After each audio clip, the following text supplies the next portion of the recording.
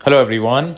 I've been teaching one of my students how to do cleans and इसका जो पहले वाला फॉर्म था बहुत ही ख़राब था which can easily get his body towards his injury और that's not the way actually they have to perform because ये सब लोग आज तक almost सोशल मीडिया पर देखकर थोड़ा बहुत परफॉर्म करते थे and so I've been taking him from the basic progressions of cleans.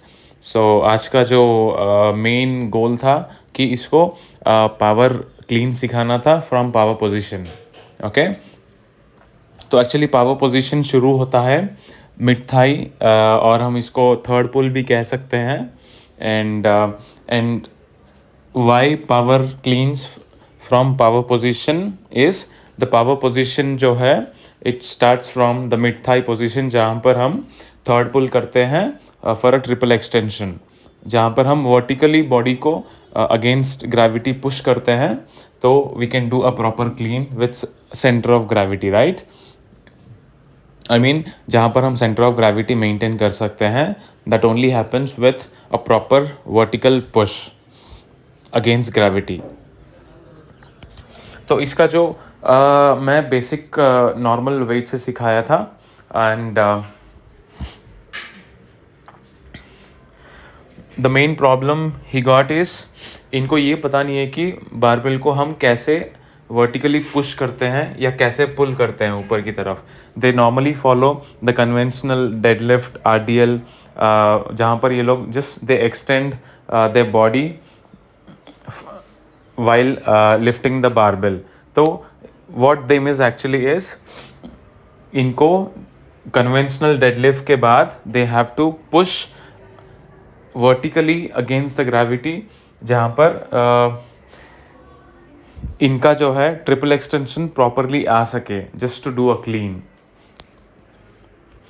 The main important thing it comes when the equipment जो बहुत ही carefully we need to choose the equipment because पहले जो ये प्लेट्स के साथ करता था दैट में गेट डैमेज बिकॉज हमको कभी कभी हैवी वेट्स के साथ जब हम करते हैं we need to drop the weights from a position, क्योंकि हम we are not taking that stress on our lower back while dropping the barbell, right.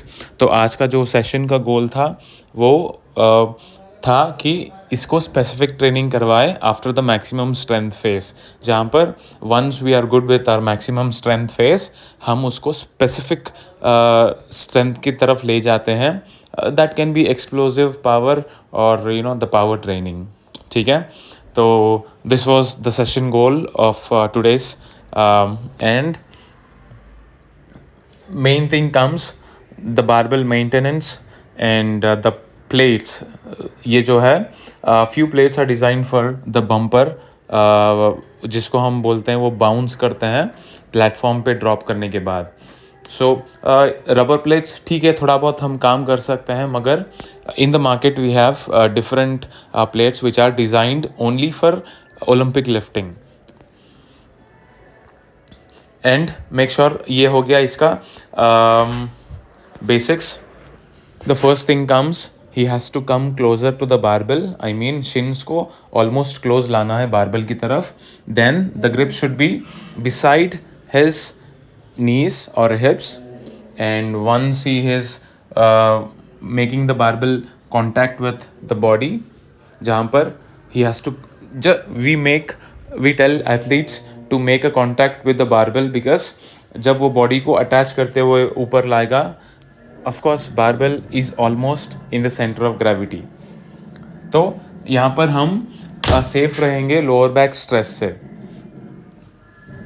और यहाँ पर मैंने इसको गाइडेंस दिया है पहले एज यू सी लिफ्ट करने से पहले ही is holding for 2 seconds and then he is making a explosive movement, और ऊपर फिर से after receiving the barbell at power position is still holding for 2 to 3 seconds, जहाँ पर he is able to understand his body that which part his body can generate most of the explosive energy.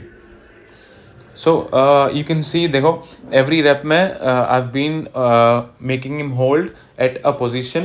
This is actually a position जहाँ पर हम maximum peak velocity develop कर सकते हैं. Peak velocity as in जैसे हम लोग किसी भी मोमेंट में जब हम कुछ एनर्जी जनरेट करना हो वर्टिकली या horizontally, we take a eccentric loading phase, जहाँ पर हम बॉडी को थोड़ा लोअर करके देन वी टेक ऑफ और we accelerate. That is what the power position is known as. तो मेक श्योर जब भी हम पावर ट्रेनिंग या एक्सप्लोसिव ट्रेनिंग करते हैं, the rest is very important, because यहाँ पर हम लोग वेट्स के साथ डील करते हैं. क्योंकि नॉर्मल जब हम स्पोर्ट्स खेलते हैं तब हमारे बॉडी में वेट्स नहीं होता है, because as he is a badminton player, he is not lifting any weights while playing a sport. So हम जब भी वेट्स के साथ एथलीट्स को ट्रेनिंग करवाते हैं, हमको मेक श्योर करना होगा एवरी सेट एवरी रेप कि एक्सरसाइज कितना टफ था. Tough as in we tell him to think about the RPE from 0 to 10.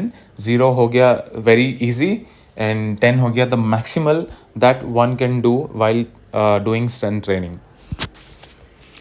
तो एथलीट ने बताया था कि इस exercise he felt a RPE of 7. तो हम बेसिकली जब भी देखते हैं above RPE 7 we consider it as power training और मैक्सिमम स्ट्रेंथ फेज, जहाँ पर हार्डेस्ट लेवल आ जाते हैं हम. Make sure he is not training at around RPE 9 और 10. ठीक है, ये जो है ऐसे सिचुएशंस है जहाँ पर बॉडी मैक्सिमम ब्रेकआउट करता है and we are not training them to that level.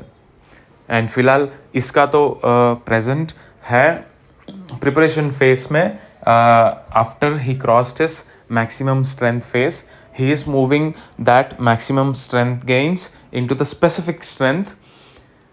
Specific strength हम इसको क्यों बोलते हैं? क्योंकि every sport needs a specific training. तो once we develop that base foundation of maximum strength endurance, तो we make that shift to the specific gains, जहाँ पर हम स्पेसिफिक चीज़ों पे ट्रेन करते हैं according to the movements which are played in their sport. So while doing the exercise, I have gave him at around 2 minutes to 4 minutes of break. So इसके बीच में whenever he feels active and ready, within 2 minutes to 4 minutes of range, he can start the exercise. So or make sure he's properly drinking water in between, because whenever we train the power training or explosive training, make sure his central nervous system is properly activated and it's not fatigue before the session. क्योंकि maximum intermediate players ज़्यादातर they go to the schools और due to the bad sleep previous night, इनका जो है central nervous system already fatigue होता है and we are never training athletes when the central nervous system is already fatigue. तो इस stages में it's better to talk to the athlete, understand his situation and हमको उसके हिसाब से we have to design a programme which is very light for today and we have to educate athlete. Only then he will be able to understand what it is exactly.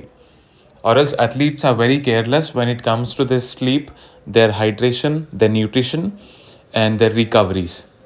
तो हमको educate करना पड़ेगा as a SNC coach that ये सब कितना important है. तो इसका जो हार्ट रेट था the morning days, and normally इसका एवरेज हार्ट रेट होता है एवरी डे पे अराउंड 50 to 55 के बीच में. तो his heart rate on this day was 53. So we can consider that good and with that heart rate we have considered his I have implemented the power training today. And weights इसका बहुत ही कम है because he has learned the doing cleans only in one day. The cleans which we are doing from power cleans from power position, ये इसने बस एक ही दिन में सीखा है. And before they were used to do it very wrong and there was no one to guide them the basics progressions of doing cleans. So ये बहुत ही इम्पोर्टेंट फैक्टर हो जाता है एथलीट्स के डेवलपमेंट में, where we have to focus on their proper technique, form and how they are feeling while doing the exercise. So guys, take care, have good supervision.